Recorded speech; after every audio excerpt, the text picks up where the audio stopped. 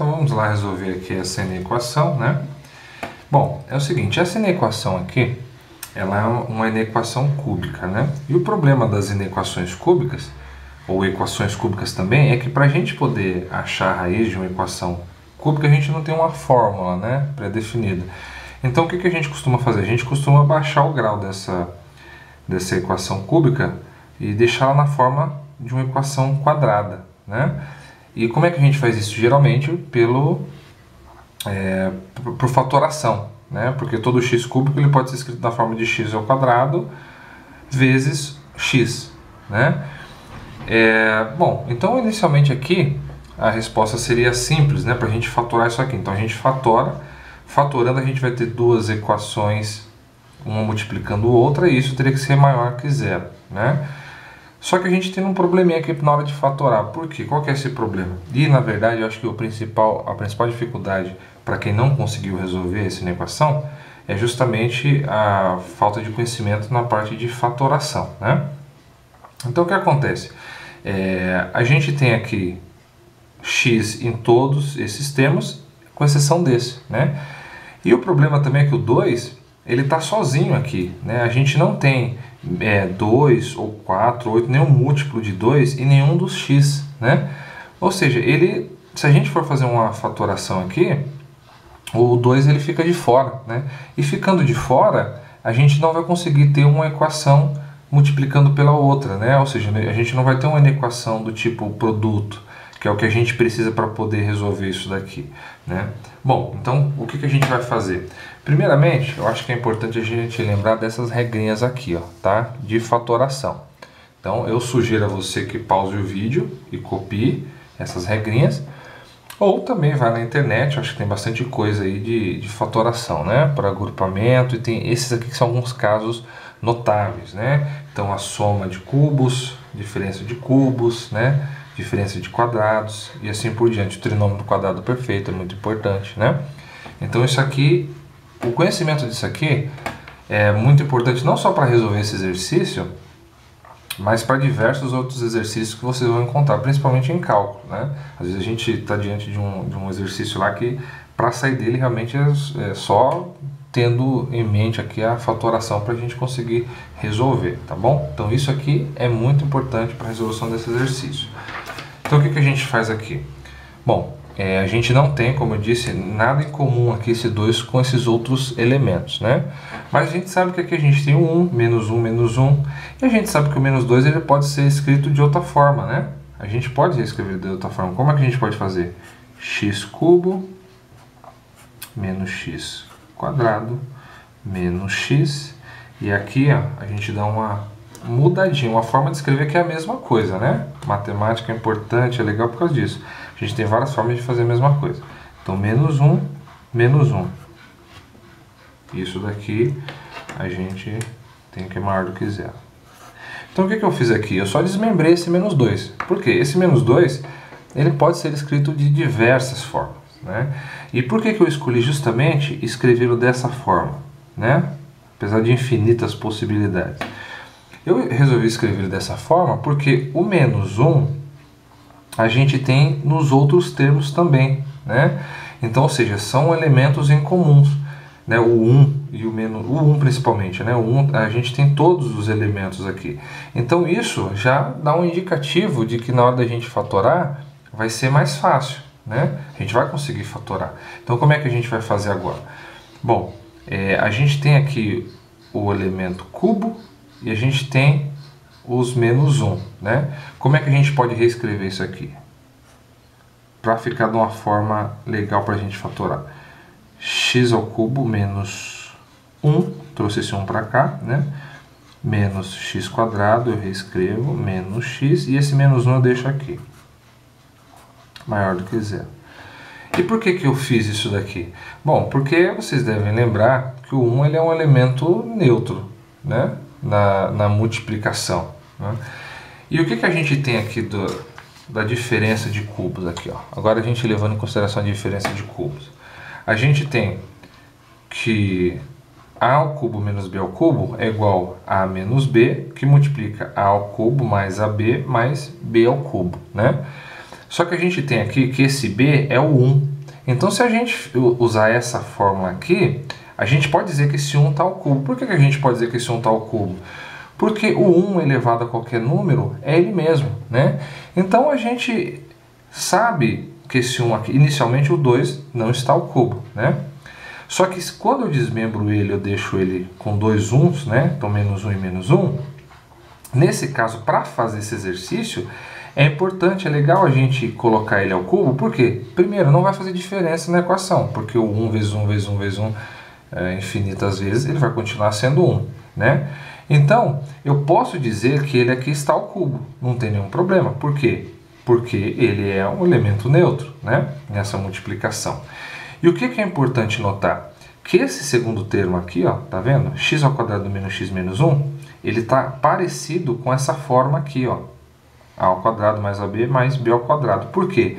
Levando em consideração que o 1 é o elemento neutro, né, na multiplicação, a gente tem que o B ao quadrado vai ser igual a 1 ao quadrado, né? Vai ser igual a 1. Então, a gente já vê que tem muitas semelhanças entre esses dois termos. Então, isso aqui provavelmente vai nos facilitar para fazer uma fatoração. Então, vamos continuar aqui. O que a gente faz? Então, eu vou fazer x ao cubo menos 1. E aí eu vou falar que esse 1 aqui está ao cubo também. Por quê? Já que não vai fazer diferença, então eu vou colocar ele ao cubo. Porque eu colocando ele ao cubo, a gente vai ter essa regrinha aqui, ó. Tá vendo?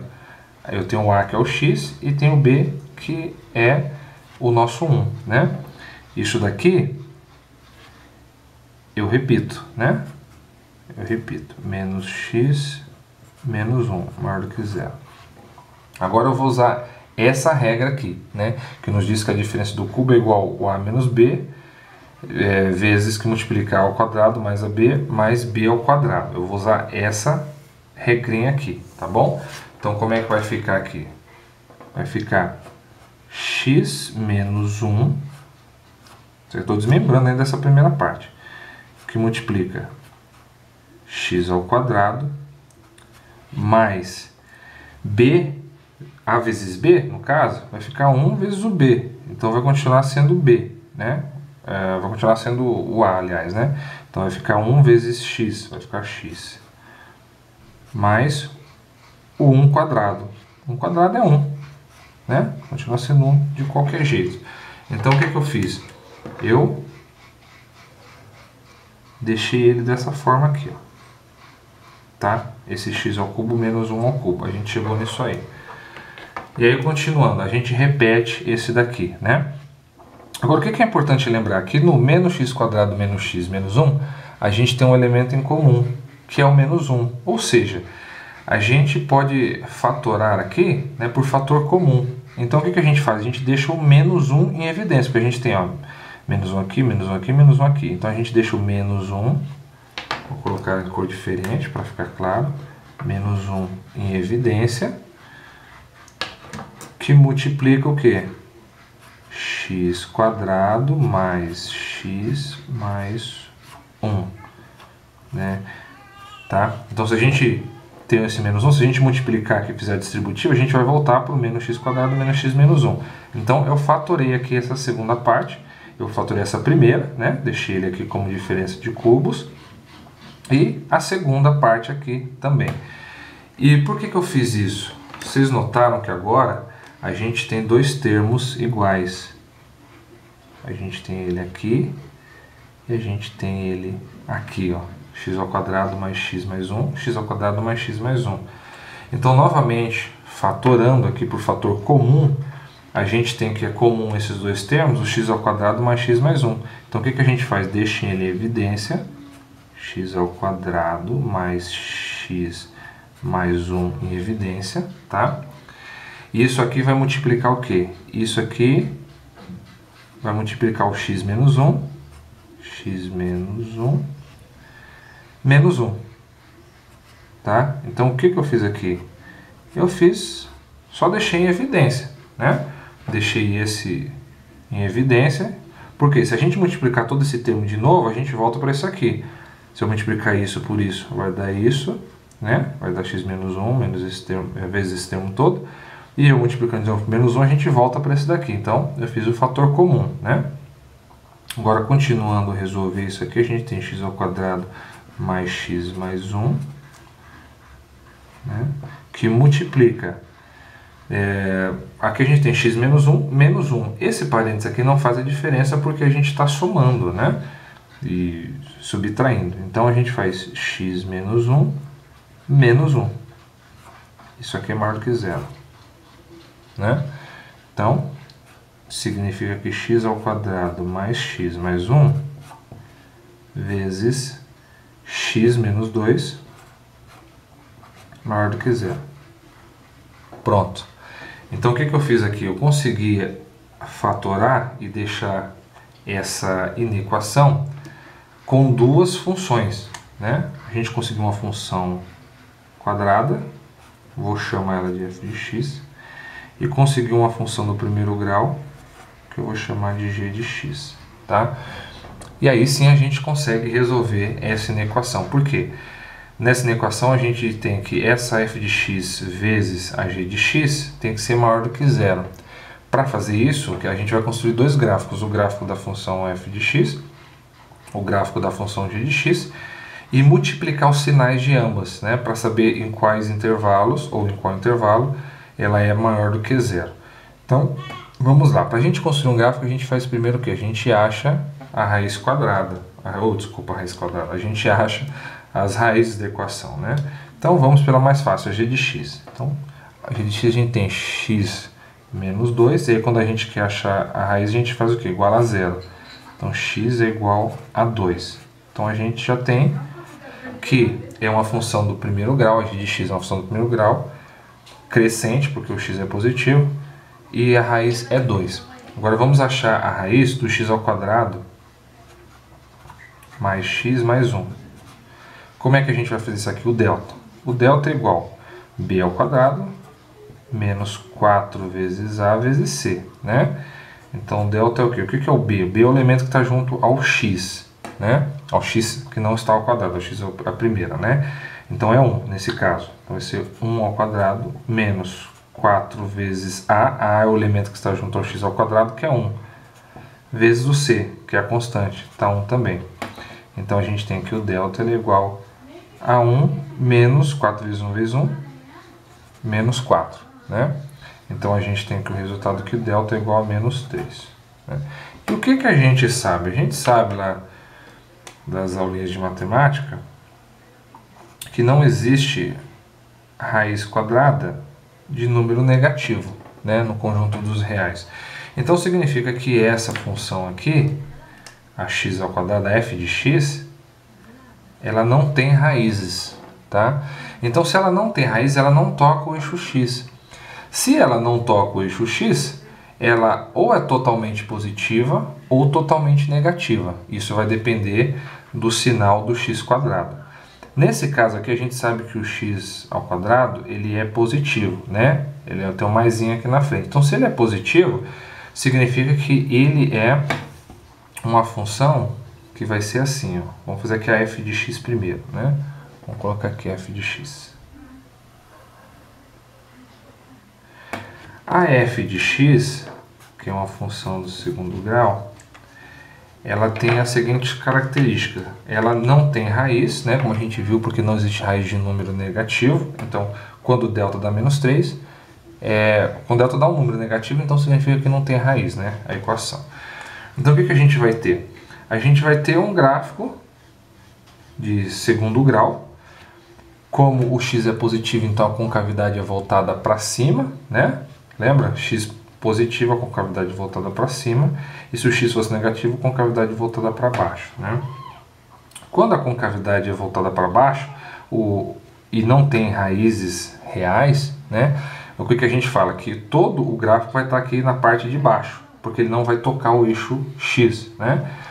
E se ele for um x positivo, significando que a concavidade é para cima, ele vai ficar assim, ó, todo na parte de cima, tá? E ele não toca o eixo do x, né? Não toca o eixo do x.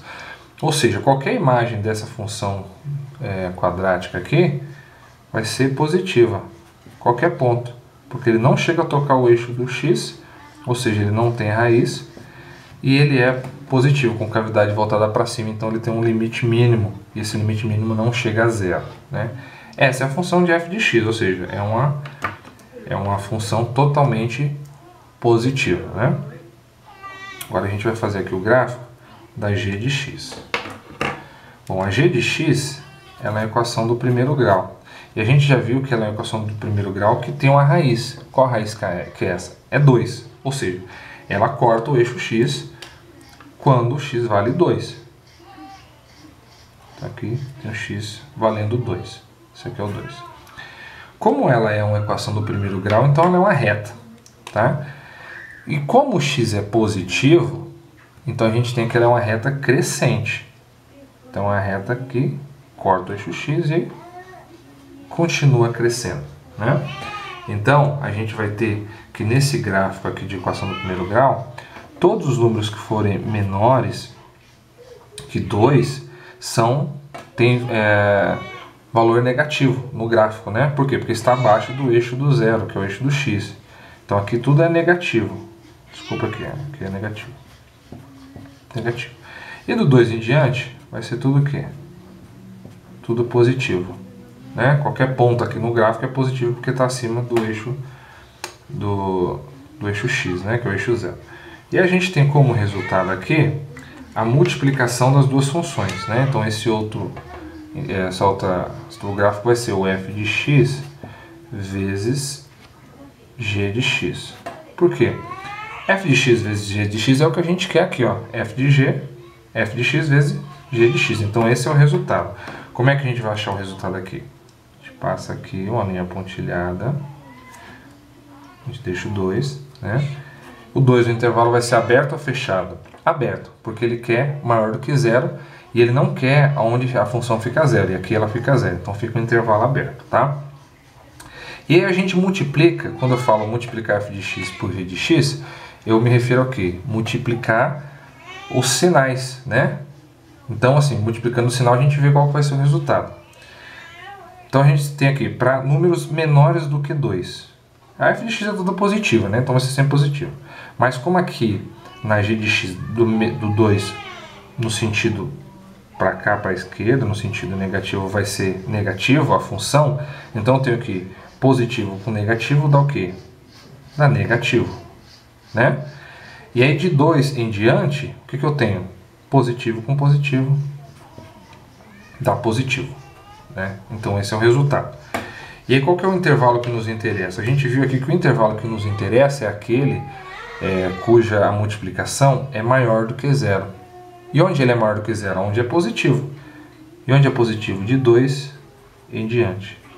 De 2 em diante o intervalo é positivo. Nesse caso o 2 não entra porque ele não quer maior ou igual a zero, ele quer somente maior do que zero. E aqui o 2 é zero. Então a gente tem aqui que o resultado dessa multiplicação, a gente tem que o intervalo que nos interessa, que é maior que zero, é o intervalo 2, né, dos dois abertos, até o quê? Como ele está no sentido positivo, né, até mais infinito. Intervalo aberto. Então o que isso significa? Significa que do 2 em diante, a função ela é sempre maior do que zero, que é o resultado que a gente espera, né? E aí, se a gente for construir um gráfico, como pede também no exercício, a gente vai colocar o 2 intervalo aberto, então é o parêntese, não a chave, né? 2, daqui para lá, a gente então tem que é a função que nos interessa, é o intervalo, aliás, que nos interessa, multiplicando f de x por g de x, tá bom? Então, lembrar sempre